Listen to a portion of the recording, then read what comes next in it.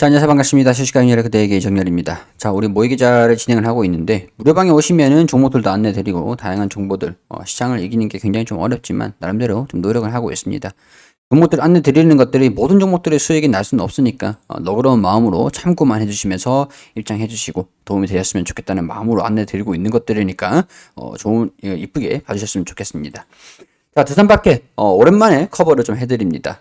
두산 에너빌리티, 두산 인프라코어, 현대 두산 인프라코어였고, 두산 바켓, 커버를 계속 해드리다가 한동안 커버를 좀 안 드렸었는데, 이번에 또, 이전에 주가가 조정을 받을 때도 두산 에너빌리티의 RPS, 주가 연계 스와프 때문에 주가가 주정 흐름들을 좀 보여줬었고, 이제는 주가 연계 스와프가 우려감이 불식되면서 당시에도 3분기 실적이 발표가 됐고 호실적을 발표를 하면서 주가가 고공행진 흐름들을 보여줬었는데, 두산 에너빌리티하고 증권사에서 체결한 RPS 주가 연계 스와프를 증권사가 주가가 올라버리니까 두산 에너빌리티한테 돈을 물어줘야 되게 생겼으니까 매도를 해버립니다. 주가를 담보로 해서 올라가면 돈 주고 떨어지면은 네가 돈 줘. 약간 이런 게 아니거든요. 근데 두산 에너빌리티는 적자로 반영을 시켰습니다. 두산 바켓에 지분을 매도할 수는 없었기 때문에 그렇게 진행을 했는데, 증권사들은 그거를 매도를 해버렸습니다. 그래서 주가가 갭이 하락하면서 거래량들이 동반되는 개파랑이 있었고, 그 충격이 지금까지도 이어지고 있는 상태입니다. 자, 그럼 이런 상황에서 우리가 기대를 해볼 수 있는 요인들은 뭐가 있을까? 당연히 실적 시즌이기 때문에 이번 4분기 실적이 굉장히 중요하게 반영이 될 겁니다. 자, 주가 연계 스와프에 대한 불안감들은 오히려 지금 이제 생각해보면은 매도가 됐으니까 딱히 걱정할 필요는 없겠네, 약간 이렇게 생각할 수도 있는 거고, 여기에 따른 불확실성이 완화가 될 것이다. 그럼 실적이 잘 나와야 된다. 실적이 어떻게 될 것인지. 자, 과거에 3분기 실적이 좀 잘 나왔던 이유들을 말씀을 드리면은, 3분기 실적이 막 드라마틱하게 엄청나게 잘 나왔다. 자, 2분기가 3천억 원 나오고 3분기가 3천억 원 나왔습니다. 당기순이익도 1,300억 원, 1,119억 원이 나왔어요. 근데 영업이익도 그렇고 매출액은 잘 나온 거에 반면에 당기순이익은 유사하게 유지가 되고 있었던 상태인 거예요. 그렇기 때문에 주가에 드라마틱하게 저평가 요인을 해소를 하려고는 했지만 성장에 따른 주가 반영은 이루어지지 않았다, 이렇게 평가를 할 수가 있겠죠. 자, 왜냐면은 이전에도 당기순이익 500억 났다가 1261억 원 났었죠. 그거를 유지한 수준이에요. 1200억 기저효과라고 하잖아요.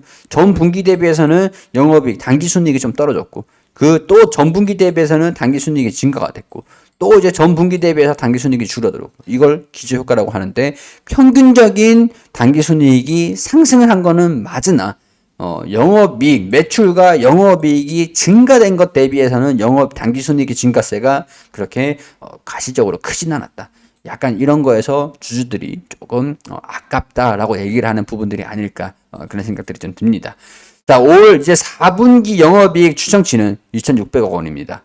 지배주주 순이익은 1,933억 원 수준들이니까 이번에 최대 실적이 당기 순이익이 나올 것이다, 이렇게 기대를 하고 있는 상태거든요.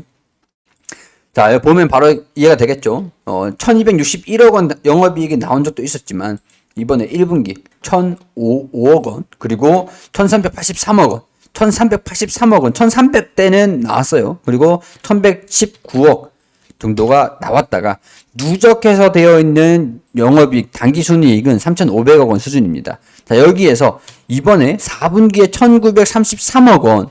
자, 이전에 영업이익이 좀 잘 나왔던 이유들을 봤을 때는 환차익으로 인한 환수익이 있었기 때문에 매출액과 영업이익이 최대를 기록할 수 있었다, 이렇게 보고 있습니다. 자, 그럼 이번에 지배주주 순이익이 1,933억 원이 나온다라고 하는 것들은 여기서 지배주주 순이익이 이전에 나오지 않았던 수치가 나올 것이다, 이렇게 보는 것들이죠. 자, 그러면 누적해서 5,440억 원 영업이익이 나올 것이다. 당기순이익이 5,440억 원이 나올 것이다. 자, 컨센서스를 대비해서도 상회할 수 있는 서프라이즈가 나올 가능성들도 지금 기대를 하고 있는 상황들이다라고 간단하게 볼 수가 있겠고, 자, 200억 원 수준들이긴 한데 이 정도면 사실 부합하는 수준들입니다.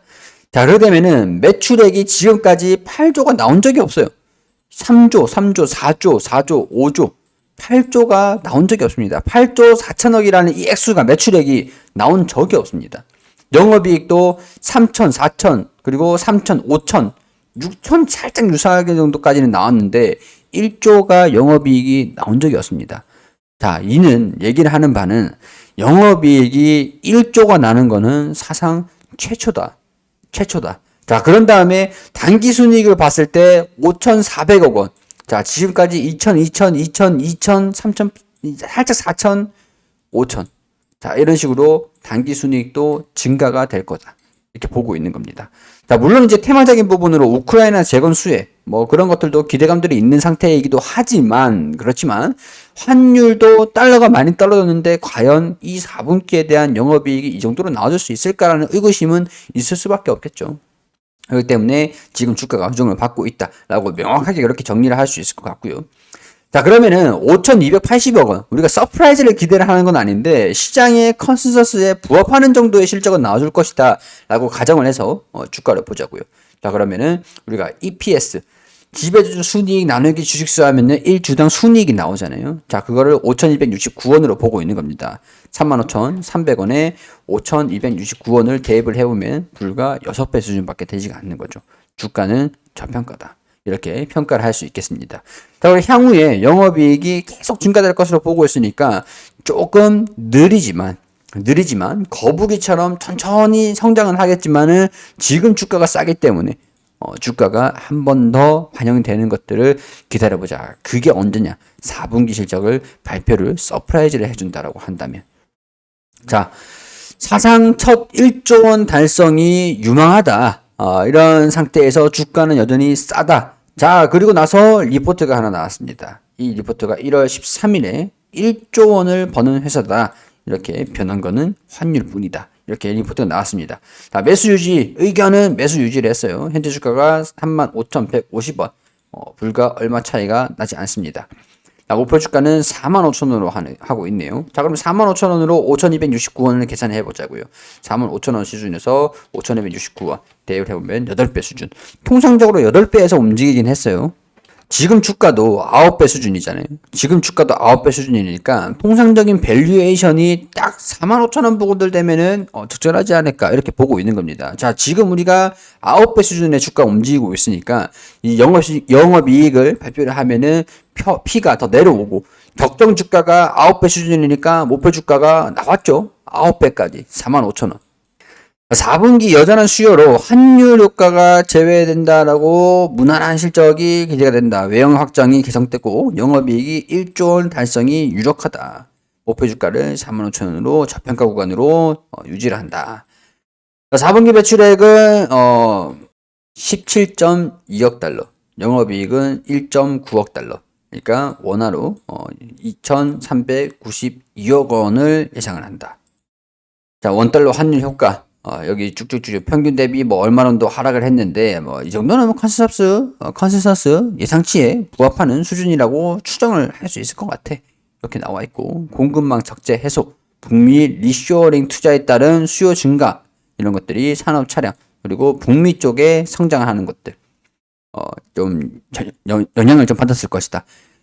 소형 건설 장비가 선진국의 교체 수요 기반으로 안정적인 산업으로 조금 인식이 되고 있는 상황이고, 막 강력한 브랜드 파워를 바탕으로 점유율 유지를 계속 이어갈 것이다.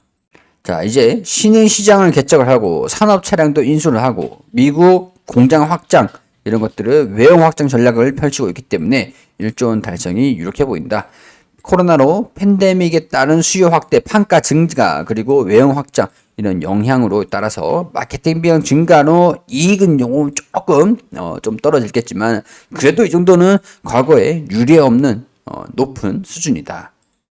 자, 여기서 보면은 제가 이제 계산을 했던 가격이랑 똑같죠. PER은 6.9배 역대 최저치이긴 상황에서 영업이익을 2022년도 연간 4분기 실적을 확정을 하면은 0.9배까지 낮아질 것이다라고 보는 것들이고, 최근 주가가 고점 대비 20% 하락한 수준이고 2023년도 PER을 적정 주가가 8배 수준이라고 보고 있기 때문에 45,000원까지 목표가를 유지를 한다. 실적 방어도 기대를 해볼 수가 있다. 뭐 이런 등등등등. 일단 어찌됐든 간에 4분기 실적을 발표하는 순간 이거는 저평가다. 이렇게 보고 있는 게 되겠습니다. 자, 두산밖에 주주분들께서 조금 이제 좀 가려웠던 부분들, 좀 궁금했던 부분들이 해소가 되지 않았을까 그런 생각들이 좀 듭니다. 두산밖에 주가 움직임들을 보면서 저도 무료방으로 좀 안내를 드려볼지 고민을 진중하게 좀 해봐야 될 것 같습니다.